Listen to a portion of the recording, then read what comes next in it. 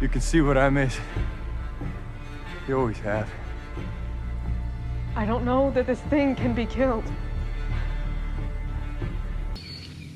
If it bleeds, we can kill it. Hi everyone, it's Dom Griffin, your favorite film critic, and you're watching the Armchair Auteur. This is an ongoing video series I do where we talk about new movies, old movies, screenplay analysis, television series reviews, that sort of thing. So if you like movies and you like movie-adjacent popular culture, and you like to see somebody pick those things apart, you're in the right place and you should consider subscribing. Today we're reviewing Prey, the 5th movie in the Prime Predator series that, as you're watching this, just debuted on Hulu. I've had a screener for Prey for like a week, but didn't really have the time to sit and watch it until today, and truth be told, it's not that I wasn't excited to see it, but I just had no real drive to, which doesn't make a ton of sense. I think the first Predator movie is basically an unimpeachable classic. I like Predator 2 a lot more than most people I know, primarily because I saw it when I was 4 or 5 and it just seared into my memory strangely, especially this scene with the little alien healing stuff for some reason.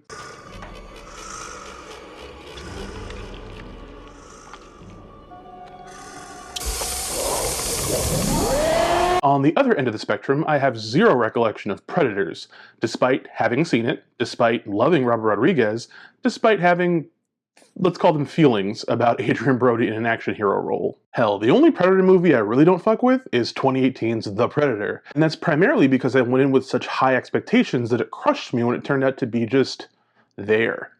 Easily Shane Black's worst movie, easily the worst Predator movie that doesn't have an alien in it. I actually remember the first time I saw Alien vs. Predator, it was on a physical bootleg that one of my relatives brought back from Brooklyn, I think, and whoever like filmed the bootleg filmed it in like a really rowdy theater, so there was a lot of people talking, you could see people just like moving in and out of the screen, and at one point this guy just very loudly yelled about how ugly the Predator was, as if the Predator was like a guy, like just a person who was busted and not a purposely, grotesquely designed alien creature.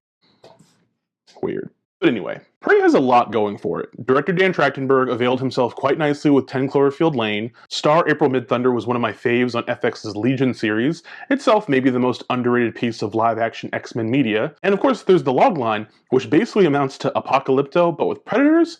That sounds tight. But the longer I waited to see it, I started to see like more of a narrative form, like on Twitter. It was a positive narrative, to be sure, but just essentially that the movie was really good, that it was like incredible, and that it was a travesty that it was not going to be released in theaters. That it was like a real sore spot that a movie this good is only going to happen on Hulu and not like on the big screen. And what that says about the industry, etc., etc., etc. You get the idea. But having seen it now, I can say I did like it. Quite a bit, actually. April Midthunder stars as Naru, a young woman in early 1700s Comanche Nation who wants to be a hunter but is held back by the rest of the tribe's perception of her as a woman. Her own mother urges her to focus on her skills as a healer, but Naru knows she has the eye and the cunning to do the job at hand, even if circumstances keep suggesting otherwise. When an alien ship lands nearby, animals start being skinned alive, and strange traps start to get found, and Naru is the only one who thinks it could be anything other than a lion. The only person who seems to come close to believing her is her brother Tabe, played by Dakota Beavers, but once he kills the lion they were after, Naru just seems like a crackpot butthurt over not making her first kill. She sets out to find whatever this thing truly is and finds an early predator, and then, you know, all hell breaks loose. The movie succeeds where the last Predator failed by bringing it back down to the basics. Each one of these movies should be about a human facing down a seemingly indestructible entity from another world, armed only with ingenuity, which makes for great suspense and great action. When you really get down to it, it's kind of harder to fuck up this formula than it is to just follow it adequately. Shane Black was just thinking way too goddamn hard. There's a ton to like about Prey. Midthunder and Beavers have great chemistry together. The story pulls together some of the social commentary inherent to the presentation of the Predators as these big game hunters in some fun and literal ways. The whole thing looks like a real movie, which is nice, and it's probably going to piss off the same neckbeards that don't like when women are the main characters of movies, and that always tickles me. And you know what else? It's under 100 minutes long. It's a banger. I don't really have that much to say about it, to be entirely honest. Like, I have no real gripes, no big critiques. I think it's just a really well done movie. But I felt kind of, not let down, but just sort of, this is what you guys are losing your minds over. This is what people are making Twitter threads and angry posts about. Like, oh my God, this isn't on the big screen. This is just on Hulu. Like, this is a crime. And people were really, really worked up. And I thought the movie was like just just good. It's a good movie. So I don't want to say that I was left disappointed, because I wasn't. I got what I wanted out of the movie. It's exactly the kind of movie I genuinely like. So I was very pleasantly surprised, I guess, that it did hit the spot for me. But it felt like it wasn't as good as I had kind of hoped, maybe. At my big age, I should be above and beyond, like, hoping for things, especially if that hope is based on the opinions of strangers on the internet. But I had this vibe going in thinking this movie was going to either, like, disappoint me earnestly, like I wouldn't like it, or that I would, like, love it, and that it was going to be like this big thing that I was, like, not going to stop talking about, because, you know, that's we're always chasing that high, right? But at the same time today, me and the boys spent a lot of time talking about the Warner Brothers Discovery discourse, about the fact that HBO Max is going to merge with Discovery Plus, the app, and how all the different business decisions that David Zaslav is making about the future direction of what was once Warner Brothers is pissing people off, and all of the fighting and arguing and angry posts inherent to that. And I thought it was funny that one half of my timeline was going crazy about the Batgirl film being canceled, and how big evil Zaslav was ruining Warner Brothers. And there were a lot of, like, those kind of irritating MCU fandom people popping up who always seem to pop up when there's a conversation about how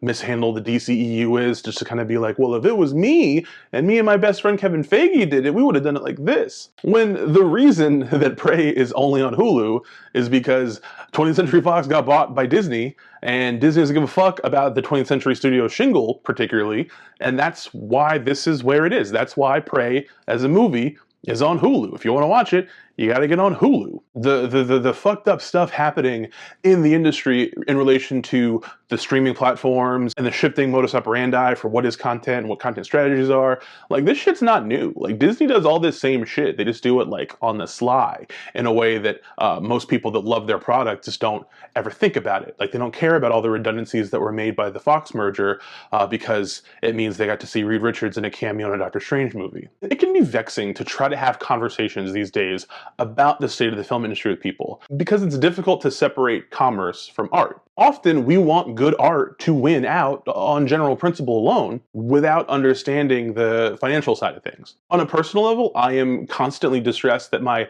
favorite medium is at the hands of a bunch of people who only care about creating surplus value for shareholders. Like, that fucks me up on a regular basis. But on a more pragmatic level, like, I get it. So the purist in me realizes that if I hadn't watched Prey on my MacBook, like if I was at a theater, if I was at a physical screening and I watched Prey on the big screen, I probably wouldn't have checked my phone so many times while I was watching it. I probably would have been more immersed and thus more awed. I would have been actually a little more invested than I was. I wouldn't have been such a, like, casual spectator of the movie. I would have been a part of it. I would have been subject to it, you know, which I think is important. And I agree that a movie this good should just be seen on the biggest screen possible. Like, it just should. But at the same time, I run a movie theater, okay? And if my theater was opening Prey this weekend, it would almost certainly make less money than Bullet Train is about to make this weekend. And Bullet Train also isn't gonna make a fucking lot of money either. You know what I mean? Like, the reality is the types of movies that are making money are not the types of movies that used to make money. Like, so much of why the things we used to like aren't happening the same way. There are a lot of factors. Most of them are bad. Most of them are, you know, capitalism related, and there's people at the top who don't care about art as much as they do care about returns and stuff. And, like, that's just business. This has been happening. This has been trending in this direction for decades. But people are complicit in it too. Like, the people's viewing habits have changed. And I don't have all the answers, me personally. I don't. I don't know what we're supposed to do in this post-streaming world where, like, all media is controlled by one of 4 or 5 giant corporations who are all fighting for your attention and basically losing to, like, TikTok dances. But I'm glad this movie got made, and I'm glad I got to watch it. And I hope that more of you do too. Like, okay, Prey isn't on the biggest screen possible. True. But it is on a screen. And that is more than we could say about Batgirl. So, those are my thoughts about Prey. I think it's a cool movie. I think if you like the Predator movies, you should watch it. I think if you like any movies, you should watch it. Like, it's a very straightforward, easy to like film. To me, I thought this is a very easy to enjoy film.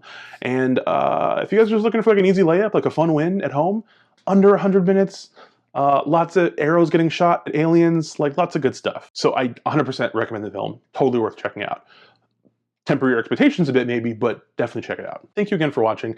If you like this video, give it a thumbs up. If you love this video, subscribe. You will get more videos like this. I don't know what the next movie I'm going to watch is. Can't remember the next screening I'm going to, but I mean, I'm going to make a video about something new soon, so stick around. If you guys have any thoughts about this or questions about Prey, ask me in the comments below. I hope everyone's doing well, staying safe, being good to yourselves and each other. I'll see you guys around.